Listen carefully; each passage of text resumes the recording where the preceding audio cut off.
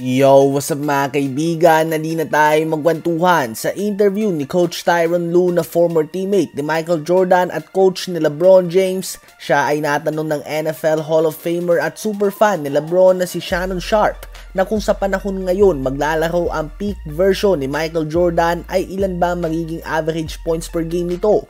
Pinag-isipan muna ni Coach Ty Lue ang kanyang sagot at sinabi niya na 45 points per game nga daw. Hindi makapaniwala si Shannon Sharpe dito. Subalit pinaliwanag ni Ty Lue na hindi ka na nga daw pwedeng dumikit ngayon. Sa aggressiveness pa lang nga daw ni Jordan ay aangat na ang free throw attempts nito.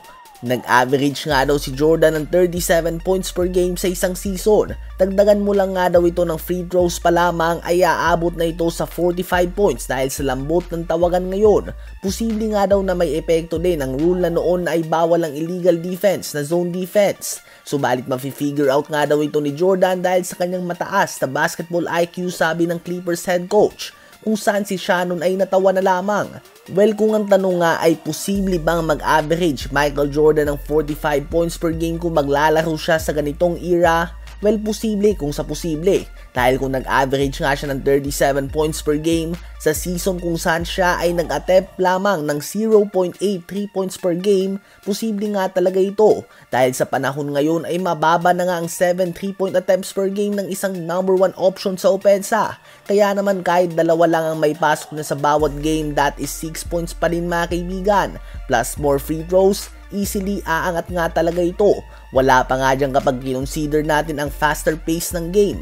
Ang reset nga ng shot clock ngayon mula sa offensive rebounds ay 14 seconds na, kumpara sa dati ay 24 seconds ito. So that is 10 seconds less. Ibig sabihin mga kaibigan ay mas mabilis ang palit ng mga possession. More possessions equals more chances to score the basketball.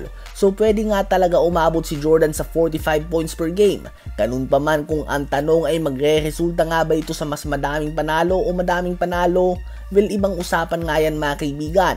Pwede nga siyang umiscore ng 45 points per game subalit bagsak ang team chemistry, hindi masaya ang kanyang mga kakampi at iba pang bagay.